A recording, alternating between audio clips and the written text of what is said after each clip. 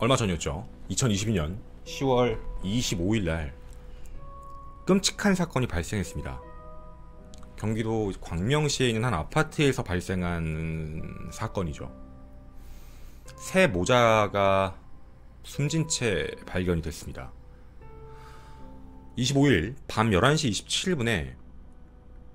27분에 이 집안의 가장 남편이죠. 40대 남성 고 씨입니다.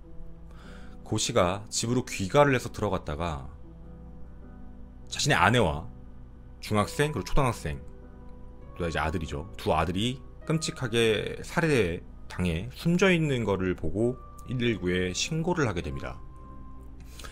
당시 신고 기록의 내용은 외출을 하고 돌아왔더니 이런 상황이었다라고 이제 얘기가 됐죠.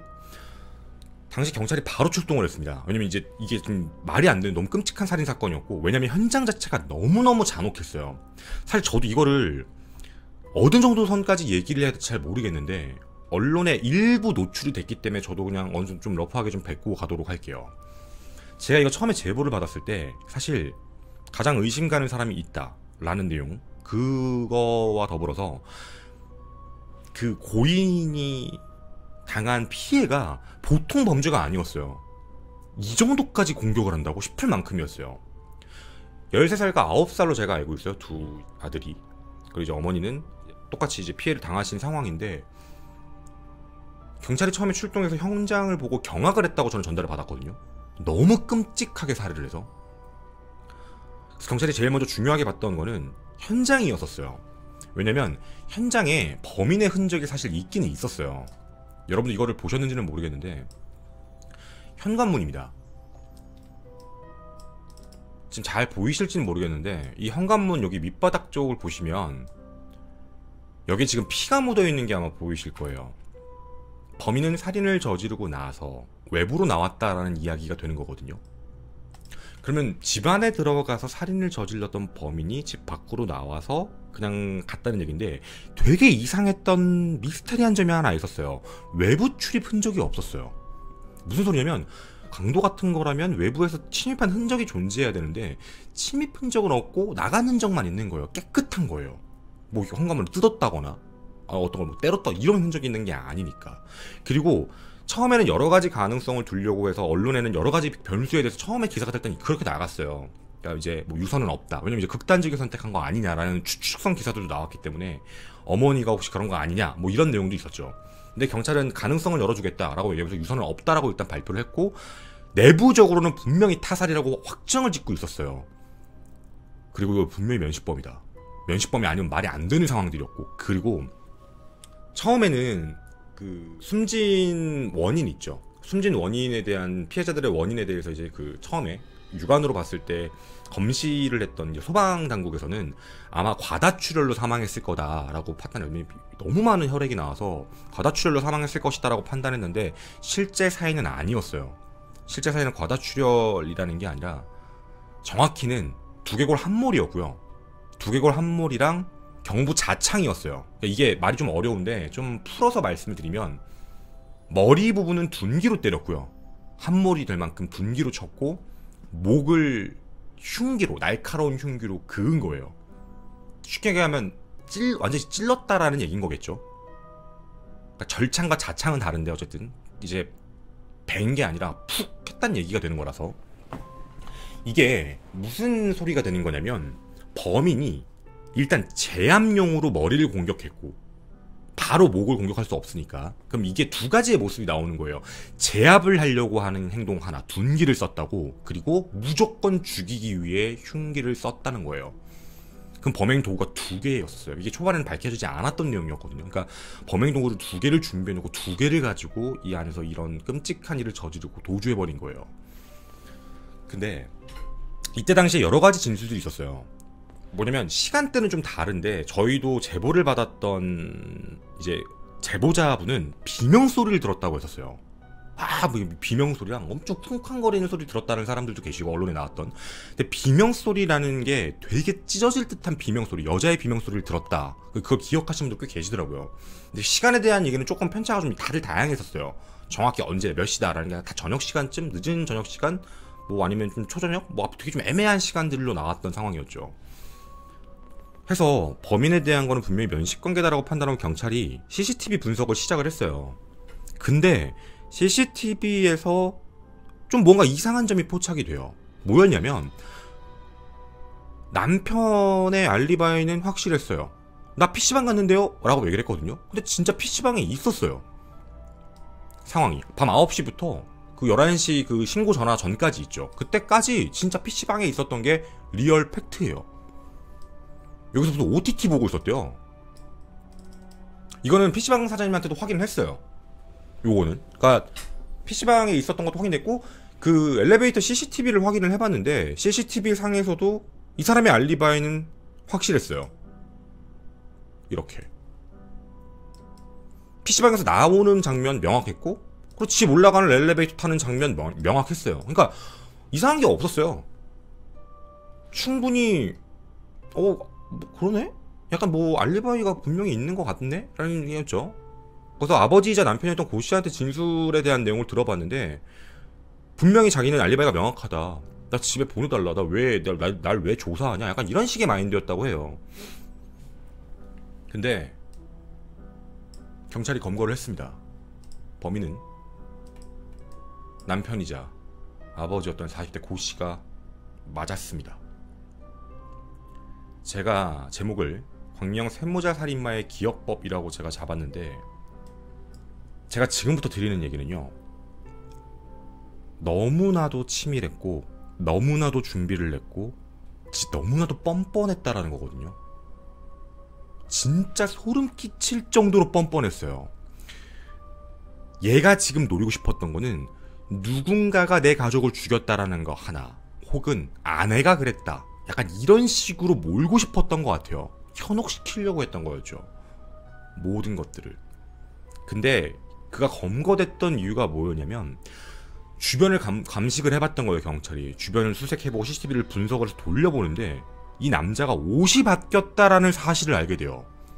옷이 중간에 변경됐다. 그러니까 옷을 갈아입었다. 옷을 뭔가 바꿔치기가 된 모습이 일찍 나갔다고 하는데 뭔가 다른 장면이 포착이 된 거죠.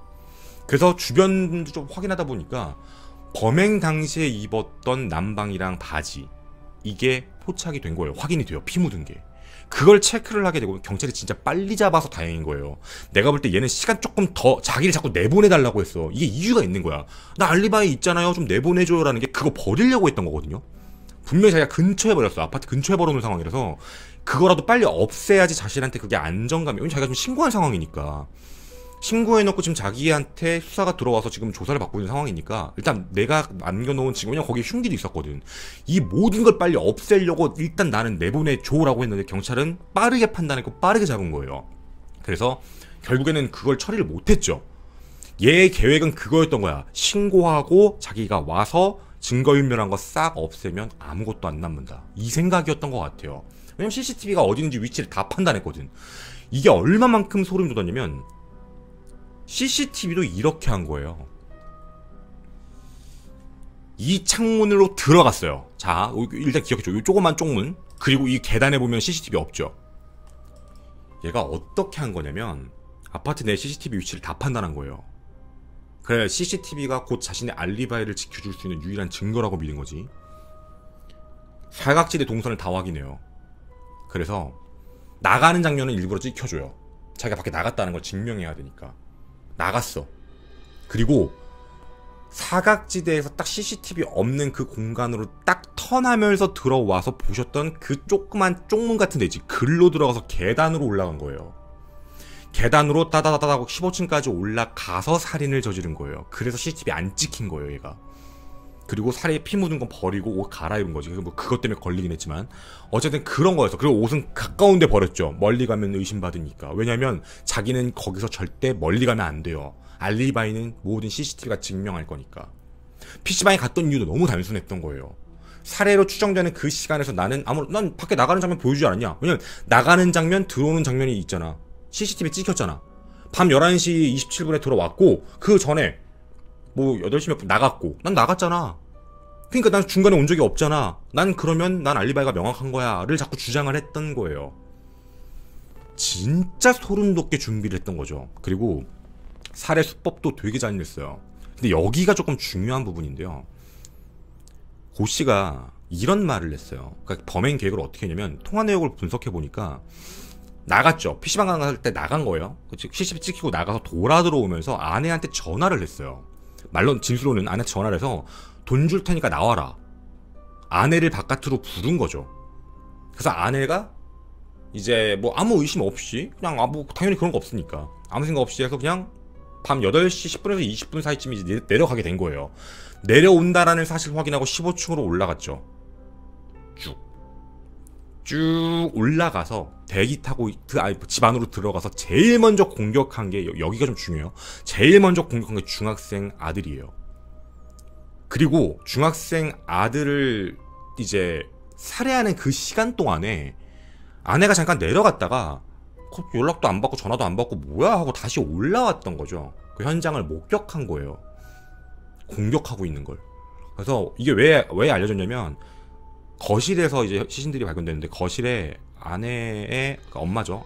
이제 엄마의 그 신발이 거실에 있었대요. 그러니까 몸싸움을 한 건데 신발도 못 벗고 뛰어 들어가고 제가 봤을 때 큰아들을 이렇게 막은 것 같아요. 그 자꾸 그렇게 행동을 하니까 이제 막은 것 같은데 그래서 이제 그런 똑같이 공격을 당한 거죠. 자, 근데 여기서 중요한 거는 공격 대상을 먼저 노린 게 이제 큰아들이었죠. 중학생 13살 큰아들인데 아마 힘으로 제압하기가 어려울 거다라고 판단해서 그랬던 것 같아요. 그래서 아내를 바깥으로 불러놓고 그 다음에 들어가서 이제 큰아들을 머리로 이제 둔기로 제압하고 그 다음에 흉기를 쓰는 행동을 했는데 이제 아내가 들어와서 아내까지 똑같이 살해했고, 그리고 작은아들이 9살 초등학생인데 작은아들을 살해한 이유에 대해서는 이렇게 얘기를 했어요. 범행 현장을 목격했기 때문이다라고 얘기했거든요. 그 현장을 봤기 때문에 그렇게 했다 라는 식으로 지금 얘기를 했는데 저는 이게 다 거짓말 같아요. 제가 이걸 거짓말이라고 표현을 하는 거냐면 굉장히 치밀한 수법으로 범행 계획을 했고 준비를 했어요. 좀 자기 말로는 뭐 한 2, 3일 전부터 범행 계획을 세웠다라고 하는데 CCTV 동선이랑 알리바이에 대한 모든 것들을 잡아놨다라면 다시 얘기할게요. 작은아들은 살아있으면 안 돼요. 다시 얘기하면 얘 계획대로 보면 작은아들도 그 집안에 있는 사람 그 누구든 살아있으면 안 돼요. 그 집안에 있는 누구든 살아있으면 자기 알리바이가 깨져요. 절대로 살아나서는 안 되는 상황이었었어요. 무조건 다 그 안에 있는 사람들의 구성원들은 죽었어야 돼요. 이건 그냥 핑계인 거예요. 얘가 지금 할 수 있는 그 상황이었던 것 같거든요. 그리고 제가 검거가 되면서 핑계를 대는 걸 보고 좀 어이가 없어요. 자기가 지금 얘기하는 건 가정불화가 사실 범행의 동기다라고 표현하고 있어요. 뭐 1년 전부터 일을 쉬고 있고 몸이 안 좋아 지병 때문에 쉬고 있었다가 그리고 그 뒤에 좀 뭔가 가정불화가 생겨서 이혼을 하려고 했는데 큰아들은 엄마 편을 들고 자기를 무시하는 것 같아서 죽여야 되겠다고 마음을 먹었고 뭐 이런 식으로 얘기를 했는데 제가 이 사람이 한 말 중에 이 사람이 아니구나. 얘가 한 말 중에 좀 납득이 안 가는 말들 같이 보고 올게요. 제가 8년 전에 기억을 잃었고요. 8년 만에 기억을 찾았는데 이번에 코로나 걸려서 기억났거든요. 근데 약 한 달 정도 사이에 정확히 한 달은 아니면 한 20일 되는 것 같은데 제 어머니는 버려졌고 저는 뭐 ATM 기계가처럼 일만 시키고 뭐. 일단 처음에 범행 동기, 그러니까 유치장에 들어갈 때 그때 언론에다 이상할 정도로 제가 하나를 얘기를 드리고 갈게요. 여러분도 이거 하나 아셔야 되는데 얘가 처음에 검거가 되고 그날 검거된 날 오후 6시 25분에 그 시흥경찰서가 유치장에 있어요. 광명경찰서에서 시흥경찰서로 이제 이송이 되는 상황이었어요. 들어가는 상황에서 이제 또 기자들이 사진 찍고 이제 붙었잖아요. 대부분의 범죄자들은 아시겠지만 말을 많이 안 해요. 그냥 바로 들어가거든요. 뭐 묻더라도 죄송합니다 뭐 이런 정도 있고 우리 그동안 봐왔던 범죄랑 좀 다르잖아요. 얘는 그날도 물어보는 질문에 죄송하다, 처벌받겠다, 내가 저질러서 막 울면서 얘기해요. 가족에게 하고 싶은 말 있냐라고 했더니 막 자격이 있는지 모르겠지만 뭐 미안해 내가 잘못했어 막 뭐 우는 모습을 보여주거든요. 그러니까 이상할 정도로 언론에다가 무언가 어필을 자꾸 말을 자꾸 해요. 이거 잘 알아두셔야 돼요. 얘는 지금 언론을 이용하려고 하고 있는 지금 모습을 보이고 있어요. 얘가 그 다음에 그 다음에 얘가 지금 갖다 뱉은 말이 지금 여러분이 보신 그 내용인데 8년 전에 기억을 잃었다가 코로나에 걸려서 8년 만에 기억을 되찾았다. 자기가 20일 정도 사이에 무슨 일이 있었는지 조사를 해봤는데 자기 엄마는 버려졌고 나를 그동안 ATM 기계처럼 일만 시켜서 우라가 찼다라는 얘기를 해요. 그러니까 언론에다 이런 얘기를 하는 거예요. 이게 무슨 소리냐면 지금 자기가 이런 범행을 했다는 거에 대해서 합리화 있죠. 정당화에 대한 부분을 자꾸 세상에 얘기하려고 하는 거예요. 심신미약이다 뭐다라고 겉으로 봐서 보여질 수는 있어요. 왜 미친 척하지? 아니 지부도 얘기가 자기 미치지 않았다고. 얘는 이런 걸 뭐 치료받은 적도 없어요. 그게 아니고요. 얘는 실질적으로 지금 머릿속에서도 자기가 범행을 한 거에 대한 그 정당화와 동기를 정확하게 뭔가 표현하려고 해요. 이상할 정도로 자꾸 얘기를 하는 거거든요. 이거 언론에다 대놓고 뱉고 있는 거예요. 언론에다가 얘기를 하고 있고 뭐 자기는 그렇게 미친 사람이 아니다 막 이런 말도 하고. 얘 어느 정도였는 줄 알아? 여기가 핵심 멘트였어요. 얘가 기자들한테 면회 오시면 궁금한 거 다 설명드릴게요 라는 말까지 남겨요. 얘 지금 언론 이용하는 거예요. 어떻게 해서든 이게 갈라치기가 되던 사람들 사이에서 자신의 범행에 대한 정당성을 알리고 싶어 하는 거예요. 나는 되게 힘든 가장이고 뭐 집안에서 무시당했고 나는 너무너무 스트레스를 받았어. 나는 맨날 노예처럼 일했어. 너희들도 그게 되게 안타깝지 않니? 내가 기억을 잃었다가 기억을 되찾아보니까 8년 동안 나는 노예 생활을 했던 거야. 나도 그러고 싶진 않았는데 그렇게 된 거야. 제가 그래서 그걸 알아본 거예요. 개소리 하지 말라고 그러세요. 본인이 지금 뭐 ATM처럼 기계처럼 일을 했다. 아내분은 안 했니? 개소리 하지 마. 나 다 알아보고 왔어. 얘는 지금 어떤 수라도 핑계를 대서 그 모든 것들을 다 뒤집어 엎고 싶은. 얘는 그냥 범행 이유가 딱 하나예요. 분노예요. 그냥 이용한다고 버린다고 니들끼리 다 짬짬이 먹고 나 하나 그냥 쳐내겠다고. 얘 이거야. 그래서 진짜 계획적으로 얘 정신 멀쩡해요.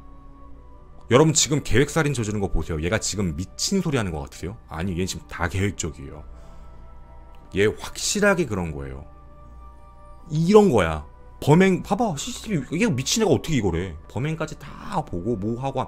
우리 절대로 현혹되면 안 돼요. 얘 지금 계속 장난치고 있는 거예요. 어떻게든 자기의 억울함을 언론에 통해서 세상에 알리겠다라는 걸로. 왜냐면 죽은 자는 말이 없거든. 고인한테 모든 잘못을 어떻게 넘기겠다라는 식의 마인드예요. 1년 동안 놀았다고. 되게 힘들게 살고 있었던 상황이었어요. 여기도 아내가 놀았냐고. 그런 얘기는 절대로 말 못하지. 그리고 얘가 왜 백신 얘기를 할까요? 그거 여러분도 눈치까요? 얘 지금 어떻게 이거 갈라치기 하는 방법 알아요. 이슈를 자꾸 만들려고 하는 거거든요. 그러니까 확인해봤어요. 일단 뭐 어머니는 벌어졌다고요. 이거 진짜 이상한 얘기야. 몇 년 전에 어머니 돌아가셨고요. 그리고 얘가 코로나에 걸렸던 건 맞아요. 근데 코로나에 걸렸다가 이제 회복이 된 건 맞는데 얘가 기억상실증에 걸려서 뭐 지난 8년 지난 8년 동안 뭔가 치료 그딴 거 기록 하나도 없어요. 무슨 그런 기록이 있어. 얘는 그냥 지금 머릿속에 자기가 죽이고 나서 분노해서 죽였는데 이거에 대한 정당화가 합리화할 때는 나 진짜 개같이 이용만 당했어. 난 불쌍한 가장이야. 약간 요 프레임을 씌우려고 하는 거예요. 제가 이걸 알아보고 제보를 받고 위에 올라갔다 내려온 이유 중에 하나는 진짜 얘가 열심히 살았나가 궁금했어요. 절대요. 주변은 다 기억하고 있어요. 고인이 되신 가족들은 진짜 열심히 살려고 했고 되게 밝으셨대요. 힘든 점도 있었지만 어쨌든 되게 밝으셨고 아이들도 되게 착했고 자기가 뭔가 갖고 있는 당연히 돈 문제 생기죠. 일을 안 하는데 지병 때문에 몸도 아프고 뭐 하다 보면 당연히 힘들지. 그리고 이제 그것 때문에 계속 문제가 생겨서 어쨌든 경제적인 이유로 이혼할 수 있죠. 그리고 자식들이 뭐 엄마랑 살겠다라고 하는 거 자기의 행실을 보면 알잖아. 왜 큰아들이 그랬을까? 저도 자세히 얘기는 안 할게요. 방송에서 큰아들이 왜 그런 말을 했을까? 이유가 있는 거거든. 근데 자기는 자꾸 뭐 큰아들 자기 무시하는 것 말도 안 되는 소리 하지 마요. 본인 행실의 문제예요. 근데 그래놓고 이렇게 얘기한 거죠. 그리고 뒤에 이제 몇 가지 붙일 두 가지 이야기가 있는데 여러분들 좀 궁금해하실 거예요. 일단 신상공개 결정이 안 났어요. 신상공개를 안 한 이유가 이게 가족 간 범죄다 보니까 괜히 이제 범인의 신상공개를 했다가 그 돌아가신 분에 대한 2차 가해가 우려된다라는 그 내용으로 이제 경찰에서는 할 수 없다라고 이제 했거든요. 분명히 그러니까 가족 간의 잔혹 범죄인데 공공의 이익이 있다고 볼 수 없다라는 게 경찰의 입장이고, 그리고 이거 가지고 이제 뭔가 살인사건의 범죄에서 재범 방지 목적이 과연 있을까, 뭐 국민들에게 유사범죄를 조심해야 된다고 알리는 범죄 예방 효과도 없다고 판단한다 라는 걸로 해서 사실 신상공개를 안 했어요. 그러니까 저는 그게 마음은 이해돼요. 경찰이 얘기하는 무언가는 이해를 해요. 그걸 부정한다는 건 아닌데 우리나라 신상공개에 대한 요건이 좀 애매해. 내가 항상 얘기하잖아. 조건을 명확하게 걸어야 된다고. 근데 그 조건을 명확하게 걸지 않는 게 좀 이상해요. 그리고 또 하나, 가족 간 범죄가 뭔가 범죄 예방 효과에도 없고 뭐가 재범 방지의 목적이 있다고 볼 수 없다라는데, 우리나라가 뭘 하나 갖고 있냐면, 이게 제가 이거 두 번째인데, 우리나라가 존속살해는, 그러니까 부모를 죽인다, 존속살해 같은 경우는 굉장히 세게 들어가요. 세게 치고 세게 얘기를 해요. 그러니까 뭐냐면, 이거 좀 잘못됐는데? 그러니까 유교 사상이 강하잖아, 당연히. 트렌드가. 어떻게 부모를 죽여? 이건 가중처벌 요소가 돼요. 근데 우리나라는 자녀를 살해하는 비속살해는 그냥 다른 살인죄예요. 그러니까 뭐냐면, 자녀살인, 비속살인에 대한 거는 실질적으로 가중 요소도 따로 없고요. 그냥 살인죄하고 동등하다고만 처리를 해요. 물론 재판부가 어떻게 받아들이는지 모르겠지만, 그러니까 그만큼 우리나라는 약간 비속살해에 대한 부분을 그렇게 강하게 판단하지 않거든요. 그래서 비속살해 형량이 낮게 나와요. 생각보다 그렇게 높지 않아요.